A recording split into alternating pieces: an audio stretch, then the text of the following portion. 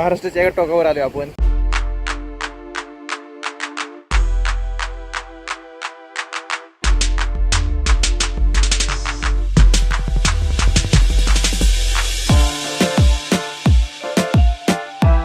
Malvan stand पासून सिंधुदुर्ग किल्ल्यापर्यंत यायला 10 रुपये तिकीट आहे एसटीने आलं तर. आणि त्याच्यानंतर समोरच किल्ला आहे बघा, तो दिसतोय तिकडे. आणि हे 100 रुपयाचं तिकीट काढले आतमध्ये जाण्यासाठी. तर चला जाऊया आता.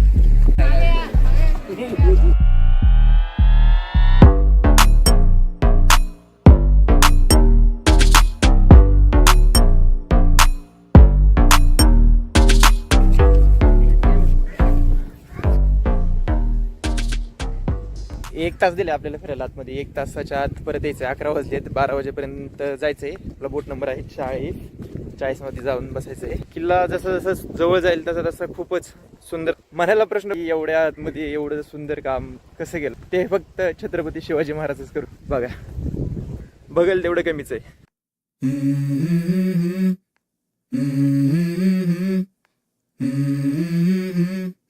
किल्ल्याच्या आतमध्ये आल्यावर परत आतमध्ये जाण्यासाठी हे 5 रुपयाचं तिकीट आहे आपल्याकडे, काढावं लागतं. त्याशिवाय आतमध्ये सोडत नाही. हा रस्ता आहे समोर बघा. महाद्वारातून आत आले शिवमंदिर आहे. छान असं शिवमंदिर बांधलेलं आहे, खूप जुनं दिसतंय ते. आणि इथं ऐकून आश्चर्य वाटेल की जवळपास 12-13 पिढ्या झाल्या इथं गड्यावरती लोक राहतात. त्यांच्या 12व्या की 13व्या पिढ्या आहेत ते गड्यावरती राहतात. आणि लोकांशिवाय बाकीच्या इथं मुक्काम करता येत नाही. मगाशी सांगताना जर चुकलं, छत्रपती शिवाजी महाराजांचं पहिलं मंदिर लागतं. त्यानंतर एक शंकराचं एक छोटंसं मंदिर आहे. आतमध्ये शूटिंगला परवानगी नसल्यामुळे काही शूटिंग वगैरे केलेली नाहीये. आणि तिथूनच पुढं आले गडाचा परिसर आहे. इथं आतमध्ये अजून मेन गड आहे.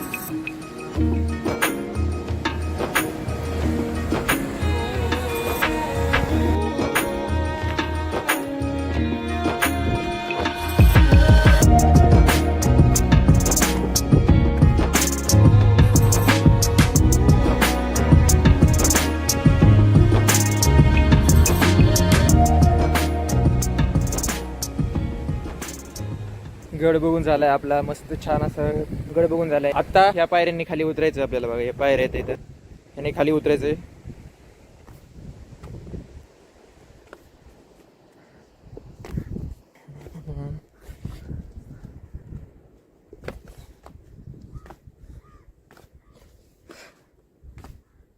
काय बोलावं, काय सुचत नाही जास्त. जेवढं काय बोलता येईल जास्तीत जास्त तेवढा प्रयत्न करतोय. हे बघा इथं समोर एक झेंडा लावलाय, भगवा झेंडा लावलाय. काय नाही बोलता आलं की समोर काय का लावलंय ते दाखवायचं. भारी आहे, ही पण भारी आहे. चला, पाऊण तास तर होऊन गेलाय आणि 15 मिनिटं पोहोचायला लागतील. त्या बोटवाली सोडले तिथं. 1 तासाचंच बंधन ठेवलं. अजून थोडंसं टायमिंग पाहिजे होतं जरा फिरायला. त्यांनी सांगितलंय म्हटल्यावरती एक 5-10 मिनिटं होईल इकडे तिकडे, पण जावं लागेल आपल्याला.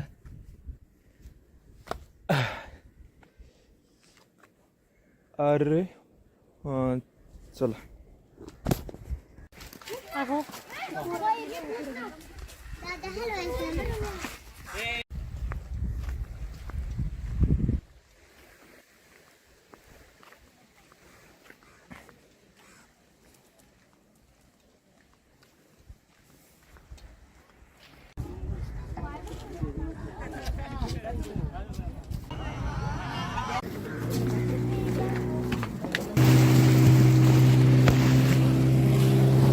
ह्या काकांनी आपल्याला मालवण स्टँडला आणून सोडले. आता मालवण स्टँडवरून आपला नवीन प्लॅन करायचा आहे की पुढे कुठं जायचं ते.